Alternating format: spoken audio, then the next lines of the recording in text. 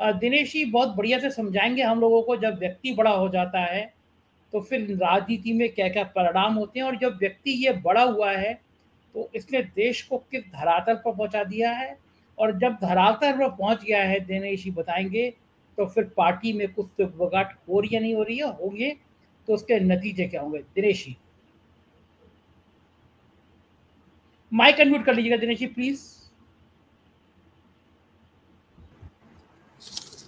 जी, आप सबको मेरा नमस्कार। बहुत सारे उत्तर आपको देश से मिलेंगे और बहुत सारे उत्तर आपको विदेश से भी मिलेंगे। यानी कि हलचल सिर्फ देश में नहीं है, विदेश में भी है। थोड़ी देर पहले दादा मेरे साथ थे तो ऑफलाइन हम कुछ बात कर रहे थे। आज एक बहुत महत्वपूर्ण इंटरव्यू मैंने रिकॉर्ड किया जो कल एयर होगा। ऑस्ट्रेलिया के एक पॉलिटिशियन, लिबरल पार्टी के, हिंदुस्तानी ओरिजिन के हैं, बिल कॉल साहब। उन्होंने 3-4 चीजें ऐसी कही हैं जो उसमें मैंने निकाल के सिर्फ आपके लिए रखी हैं, जो बताना चाहता हूं। उन्होंने कहा कि आज की राजनीति में एवरीवन इज वॉचिंग एवरीवन। तो मैंने सुना कि ये आपने क्या कहा, दोबारा रिपीट कीजिए। कहते हैं एवरीवन इज वॉचिंग एवरीवन कि आप क्या कर रहे हैं।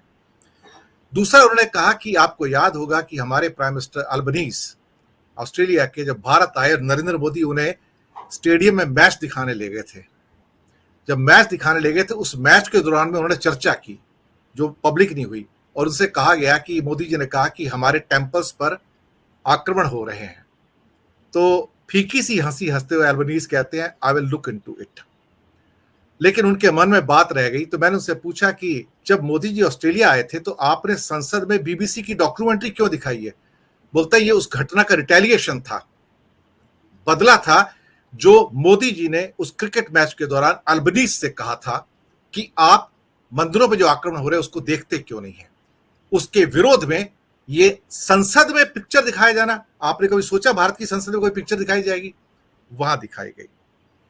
कहते हैं this was a tit for tat what he said to it. फिर कहते हैं एवरीवन इज वॉचिंग एवरीवन। तो 2-3 बार रिपीट किया। तो मैंने कहा आपकी बात तो सही है। बोलता है एक और चीज, अभी अगले हफ्ते पूरे ऑस्ट्रेलिया में स्वास्तिक बैन होने जा रहा है। बिल आ गया सर उसका, दो स्टेट में बैन है सर। अगर आप वॉयलेट करोगे तो $15,000 का फाइन है और 12 महीने की जेल है सर। वहां पर स्वास्तिक का उपयोग नहीं हो सकता। Swastika is being treated as a Nazis, वो प्रतीक चिन्ह होते हैं। बोलते हैं आपके जो माइनॉरिटीज के ऊपर जो जुल्म हो रहे हैं इंडिया में, उसको बहुत करीबी से देखा जा रहा है विदेशों के अंदर। और ये मत भूलिए कि आपके प्रधानमंत्री, वो कहते हैं आपके प्रधानमंत्री अमेरिका जा रहे हैं, और जाने से पहले अमेरिका ने आपको भी एक संकेत दिया है। रिलीजियस फ्रीडम के ऊपर जो रिपोर्ट पहले जो संस्था ने जारी की थी उसको एंथनी ब्लिंकन ने ऑफिशियली रिलीज किया साहब। अब मैं आता हूं आपके टॉपिक पर सर। माइक आपका माइक वो कि भारतीय जनता पार्टी के अंदर सुगबुगाहट क्यों है। भारतीय जनता पार्टी के बन गए हैं 10 सिर। अब 10 सिर किसके होते हैं मैं कुछ कहना नहीं चाहूंगा, आप सब जानते हैं, आप सब विद्वान और ज्ञानी पुरुष हैं। एक सिर उसका ये कहता है कि जहां पर भारतीय जनता पार्टी शून्य है, जैसे कि आपकी केरल है, एपी है, तमिलनाडु है, वहां पे भारतीय जनता पार्टी की लीडरशिप भी नहीं है और मोदी जी का करिश्मा वहां बिल्कुल नहीं चलता। जितने मर्जी कर ले, कोई उनको वोट देने को तैयार नहीं है। फिर एक दूसरा मुंह है, वो ये कहता है कि थोड़ी बहुत जहां जहां इनको लोकल लीडरशिप छोटी मोटी है, उड़ीसा, बंगाल, तेलंगाना, झारखंड, तो उनको थोड़े थोड़े वोट मिलते हैं, मोदी जी जाके तड़का लगाते हैं। लेकिन हाँ, यूपी और असम के अंदर, उत्तराखंड में ये चल जाते हैं। लेकिन उन्होंने एक नया सूर्य बनाया, अपना ब्रह्मांड बनाया मोदी जी ने, जिसका केंद्र गुजरात है। तो सारी चीजें गुजरात के आसपास घूमती हैं। अब एक बीजेपी ऐसी है अंदर जो वायलेंट है साहब, हिंसक है। मैं आपको बताऊं, ये शब्द यूज कर रहा हूं मैं जानबूझ के, लेकिन संवेदनशीलता क्या है। हिंसक इसलिए कि उनको जितने हिंसक तत्व हैं वो उनको सपोर्ट करते हैं। जैसे कि बजरंग दल के प्रति इतनी बड़ी सिंपैथी प्रधानमंत्री के मुंह से मैंने कभी नहीं सुनी पहले। अचानक से बजरंग दल बजरंगबली बन गए। ये एंडोर्समेंट है, ये एंडोर्समेंट है उस वायलेंट ग्रुप को जो कहता है कि यही हिंदुस्तान का हिंदुत्व है और यही हिंदुस्तान का भविष्य है।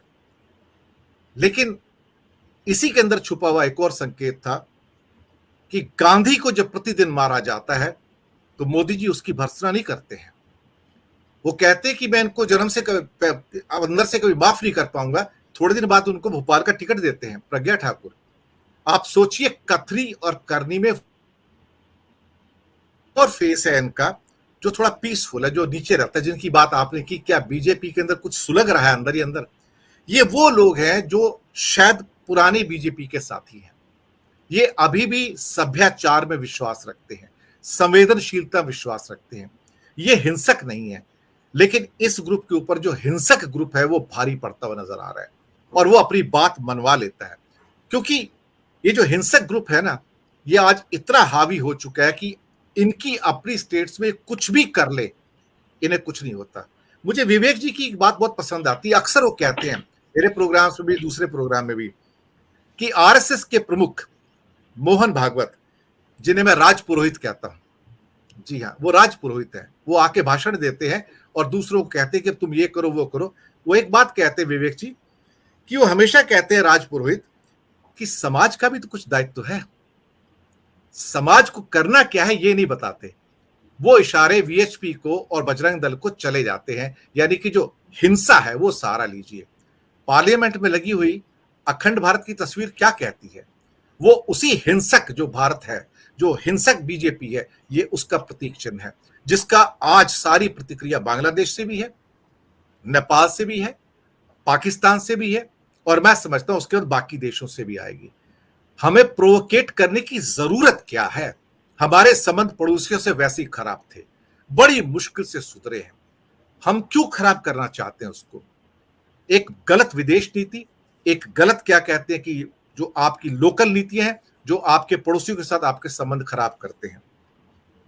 इस समय बीजेपी अपनी एक कश्मकश में है, निकल पाएगी नहीं निकल पाएगी मुझे नहीं पता। आरएसएस का प्रभुत्व ऑलमोस्ट कम हो चुका है, वहां पर एक ही व्यक्ति सब कुछ करता है और वही व्यक्ति डिसाइड करता है कि करना क्या है अल्टीमेटली। लेकिन भारत बड़ा विविध है, यहाँ की सोच अलग है, साउथ की सोच अलग है, ईस्ट की सोच अलग है, नॉर्थ ईस्ट की सोच अलग है, वेस्ट की सोच अलग है, नॉर्दर्न इंडिया में कई जो स्टेट्स हैं उनकी सोच अलग है। जब आप एक सोच को, एक विचार को, एक झंडे को, एक रंग को, एक खाने को, एक लिबास को सबके ऊपर लागू करना चाहते हैं, तो फिर उसके अगेंस्ट रिवोल्ट तो होगा। आप बताइए, कर्नाटक के अंदर आप पाठ्य पुस्तकों के अंदर हेडगेवार को पढ़ा रहे हैं, केशव बलिराम हेडगेवार को पढ़ा रहे हैं, उसके अंदर आप जहर फैला रहे हैं बच्चों के अंदर, शुरू से ही उनके अंदर वो थ्योरी लेके आ रहे हैं, अब वो हटाए जा रहे हैं सिद्धारमैया साहब के साथ में। आप आरएसएस के लोगों को पढ़ाना चाहते हैं, पढ़ाइए, लेकिन कई बार पढ़ाइए ना। आप गांधी को दिल्ली विश्वविद्यालय के कोर्स में से, पॉलिटिकल साइंस के बीए ऑनर्स के कोर्स में से निकाल देते हैं और उसी जगह आप सावरकर को लेके आते हैं। रिप्लेस किससे कर रहे हैं आप किसको रिप्लेस कर रहे हैं? आप गांधी को रिप्लेस करना चाहते हैं। वो अंत इनका सारा का सारा वो है कि गांधी को यहां से मिटा दिया जाए। पर मुसीबत यह है कि ये गांधी को रोज मारते हैं और गांधी रोज बलवान हो जाता है और सशक्त हो जाता है, क्योंकि वो विचारधारा है। लेकिन इन क्या कहते हैं संवेदनहीन व्यक्तियों को समझ में नहीं आता। भारतीय जनता पार्टी अगर परास्त होगी भारत में, तो अपने ही विरोधाभासों के कारण होगी। कभी कभी कहते हैं ना, इंसान अपने पैरों पे कुल्हाड़ी मार लेता है, या कई बार इंसान कुल्हाड़ी पे जाके पैर मार लेता है। आज बीजेपी की वो स्थिति है, वो कुल्हाड़ी पे जाके पैर मार रहे हैं। वैसे राजदंड स्थापित किया है, एक मुकुट भी पहन लेते, अच्छा रहता, पूरी इच्छा हो जाती थी। उनको तो अब संसद में बैठना पसंद है नहीं, पिछले कई सालों से संसद में बैठे नहीं है। आम आदमी बैठता है तो संसद में आते ही नहीं है, क्योंकि इन्हें एक चीज मंजूर नहीं है, कोई और बोलता हो और ये बैठ के उन्हें सुने, ये उन्हें मंजूर नहीं है साहब। वो सिर्फ ये चाहते हैं कि मैं आऊंगा और मैं बोलूंगा, और इसे भारत भी देख रहा है, इसे दुनिया भी देख रही है। और मैं हमेशा, दादा मेरे साथ रहते हैं, अचल जी भी, प्रकाश जी भी, अनिल जैन जी, विवेक जी, सभी साथ रहते हैं, आप भी साथ हैं। भारत एक संक्रमण काल में से गुजर रहा है, निकल जाएगा सर। भारत की जनता बहुत प्रबुद्ध है, वक्त आने पे तवा गर्म होगा, हथौड़ा मार देगी, जैसे कर्नाटक में मारा था। कोई अपने आप को अजय अमर ना समझे, कोई अपने आप को यह ना समझे कि मैं 2047 में भी इस देश का प्रधानमंत्री रहूंगा, क्योंकि एक शक्ति ऊपर और बैठी है, आप भी अजय अमर नहीं हैं।